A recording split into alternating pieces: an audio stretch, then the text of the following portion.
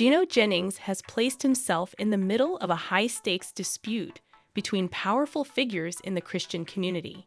He has established himself as a trailblazer of unflinching dedication to preserving the integrity of the faith because of his fearless opposition to scriptural aberrations, especially when it comes to addressing preachers who veer off course. Unexpectedly, Jennings just disclosed that T.D. Jakes and the FBI are now pursuing him. What was his crime? Speaking negatively of Jake's relationship with P. Diddy and refusing to shut away from discussing the reality about homosexuality. Jennings claims that during a long discussion with the pastors in the Black Caucus, it was clear that T.D. Jakes was taking extreme steps to suppress him.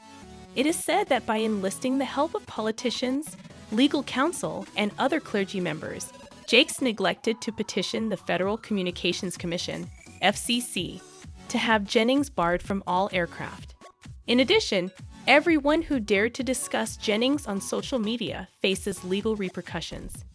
With this revelation, the already emotional story becomes even more complex since it depicts a high-stakes conflict between powerful religious figures. Gino Jennings did not waver in the face of growing pressure. He pledged not to back down from the struggle and stressed that this was not the first time the FBI has targeted him. James made it plain in a deafening announcement that no amount of money can stop him from teaching the Bible's unadulterated truth. With audacity, he declared that the court's concern is the attempt to muzzle him for criticizing homosexuality.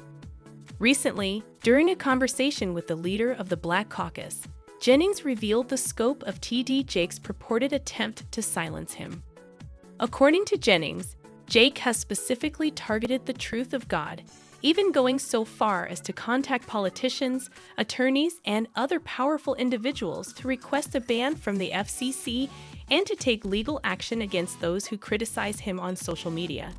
Using his harshest language, Jennings vented his annoyance at anyone who made assumptions about him, sold him out, or were influenced by money. He vehemently declared, "He has enemies because of his unwavering commitment to the truth, and he is not deterred by attempts to silence him." As the dispute develops, Gino Jennings shows himself to be a bold preacher who is unfazed by the impending danger. His steadfast adherence to the Bible's precepts and his readiness to address departures from it demonstrate the qualities of a preacher who will not give in to peer pressure or the need to fit in. Jennings remains tall as a symbol of unwavering adherence to the unadulterated word from the Bible in the middle of this chaotic situation. Beyond the current disagreement, T.D. Jakes' attempts to silence Gino Jennings and bar him from all airways have implications that could be harmful to both preachers and their followers. The action raises concerns about the suppression of constructive discourse and open discussion within the religious realm in addition to highlighting division among the religious community. This kind of targeting of Jainism carries the potential of stifling dissenting opinions and impeding the development and enrichment that can result from a lively exchange of ideas. Attempts at censorship may create an atmosphere in which dissenting viewpoints are viewed as undesirable, which would discourage critical analysis and helpful critique. This could further exacerbate tensions among the greater religious community by dividing adherents. Beyond the immediate argument between Jennings and Jakes, there are wider ramifications of trying to suppress a preacher who is well known for his unwavering dedication to biblical teachings. Such activities could create a breach within the larger religious community by making those who identify with Jennings' ideas feel persecuted. Concerns concerning the silence of voices opposing the existing quo have also been raised by the possibility that Gino Jennings' attempt to be banned from the air could be interpreted as a front for freedom of speech. It emphasizes how crucial it is to create a space where people with different viewpoints may coexist, since this enables people to critically interact with many points of view and make well-informed decisions about their beliefs. In addition to potentially silencing Gino Jennings, T.D. Jakes' actions might have detrimental effects for the Christian community's culture of togetherness and open communication in general. As efforts to silence dissent develop, the fundamental values of democratic societies, free speech and assembly, seem to be under jeopardy. Having a meaningful conversation with TDJs about differences with Gino Jennings could be a more helpful approach than using silencing measures. An effective strategy to close the divide, identify points of agreement, and promote more constructive discourse within a religious community could be this one. The two preachers can talk about biblical truth, exchange ideas, and look for points of agreement if they start a conversation. This method, which is based on respect for one another and a dedication to understanding one another, can help the religious community as a whole flourish and become more diverse by creating an environment that values and celebrates diversity. The current events surrounding TDJ's attempt to silence Gino Jennings and bar him from using any aircraft have led to a more thorough consideration of the possible repercussions of suppressing dissident voices in the religious community. As the strain increases, it is critical to investigate positive options that foster harmony, comprehension, and development. Promoting open communication and understanding is one positive way to handle the distinctions between TDJs and Gino Jennings. This promoted harmony and served as an example for others, emphasizing the need of polite conversation even when one's viewpoints diverge. Both preachers might establish common ground, close the distance, and improve communication within the religious community by having a meaningful conversation. As an alternative, TDJs can think about adding helpful critique to its sermons. A person can experience personal and spiritual growth by accepting self-reflection and being open to changing after showing humility and being willing to reassess their beliefs in the face of criticism. This strategy not only helps the individual but also demonstrates a dedication to ongoing development that enhances the religious community as a whole. Another choice for TDJs in the event that reconciliation proves difficult is to concentrate on his personal ministry rather than entering the public sphere. Ignoring the criticism could help ease tensions and free up each preacher to follow their own path without needless confrontation. This strategy encourages personal development while averting needless rifts within the larger religious group. Instead of trying to quiet dissenting voices, one can choose constructive alternatives like self-reflection, open communication, or concentrating on one's own journey. These strategies could foster harmony, comprehension, and development within religious communities.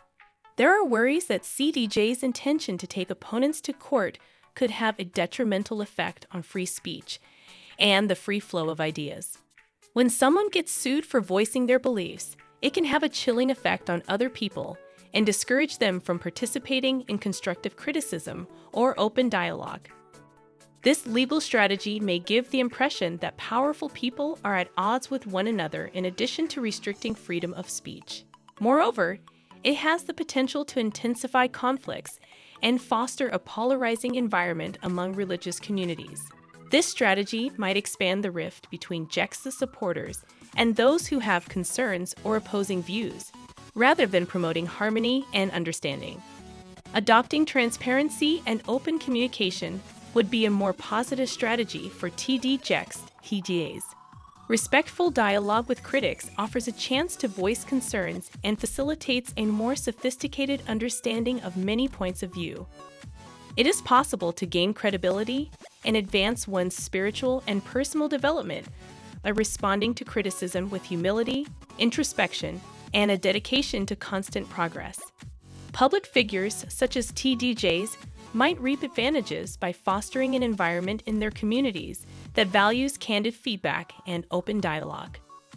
Building venues for constructive dialogue and accepting differences in viewpoints can result in a stronger and more resilient religious community.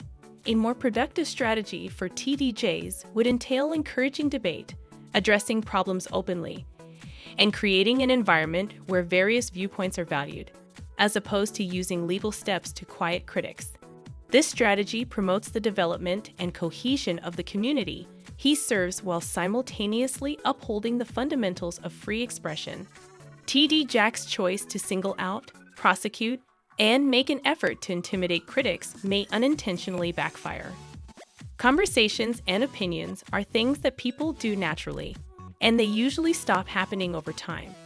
But by pursuing legal action against people who voice their opinions, Jakes rigged the debate to last longer and become more remembered.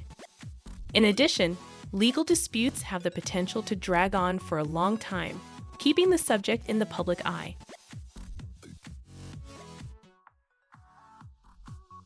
Public discourse deviates from its natural trajectory when it prioritizes legal dispute above candid discussion.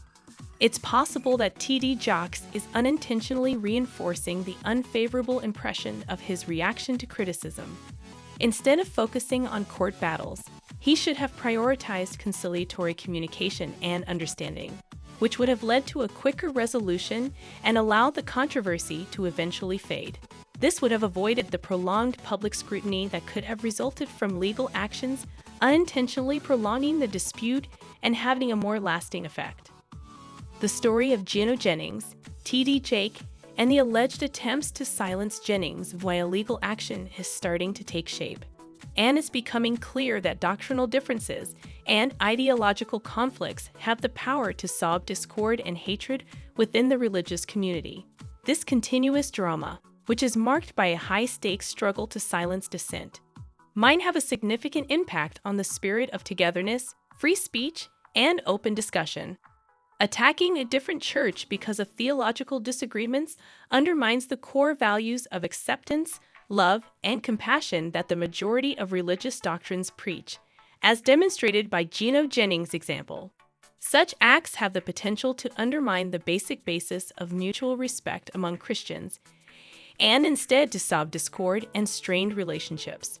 Not only could this have negative effects on the judge who is the target, but it might also cause people to completely lose faith, which runs counter to the values of tolerance and candid communication that are central to the judge's job description. The pastor's attack on another judge also has wider ramifications for the religious community. It may produce a poisonous atmosphere where religious disagreements are weaponized rather than amicably discussed. This method not only impedes the establishment of a varied and inclusive religion community, but it also stifles personal growth and spiritual discovery on an individual basis. The possibility for collective progress within the broader religious landscape is hampered by the strict enforcement of certain beliefs, which restricts the exchange of ideas. Such acts reflect adversely on the entire religious community, in addition to harming the reputation of the targeted judge. It sets a bad example for both congregation members and onlookers by implying that hostility and bigotry are legitimate ways to handle religious dispute. This conduct could, in the broader social environment, fuel cynicism and prejudices about the polarization of religious groups, which would be detrimental to the image of religious institutions. Religious leaders, particularly TJs, must stress the value of courteous communication and understanding. It is also critical to create an atmosphere in which people can freely express their differences in opinion without worrying about criticism or retaliation. This strategy not only encourages harmony and respect for one another, but it also strengthens the religious community and makes it more conducive to candid conversation and group development. To sum up, the unfolding saga provides a moving illustration of the complexity found in the religious community. The necessity for a more positive approach is highlighted by the battle of ideologies, attempts to stifle dissent, and targeting of judges because of doctrinal disagreements. Embracing openness, having candid conversations, and creating a space where opposing viewpoints are respected would respect the rights to free expression and encourage mutual understanding and harmony among religious communities, rather than turning to the judicial system. Individuals in the religious community are left to consider the ramifications of these acts as the story progresses. It is unclear what the spirit of unity, free speech, and open discussion will ultimately mean. All the same, it is a call to reflect on and reconsider how religious spheres handle differences in order to preserve the core principles that guide faith groups. In any case, I do hope you enjoy following along with this developing tale, and I sincerely hope that we all keep working to promote harmony and understanding in our individual spiritual journeys. Kindly ensure that you like, subscribe, and click the notification bell in order to receive updates and viewpoints as soon as they are shared. When fresh information and viewpoints are exchanged, I appreciate you participating in this continuous investigation.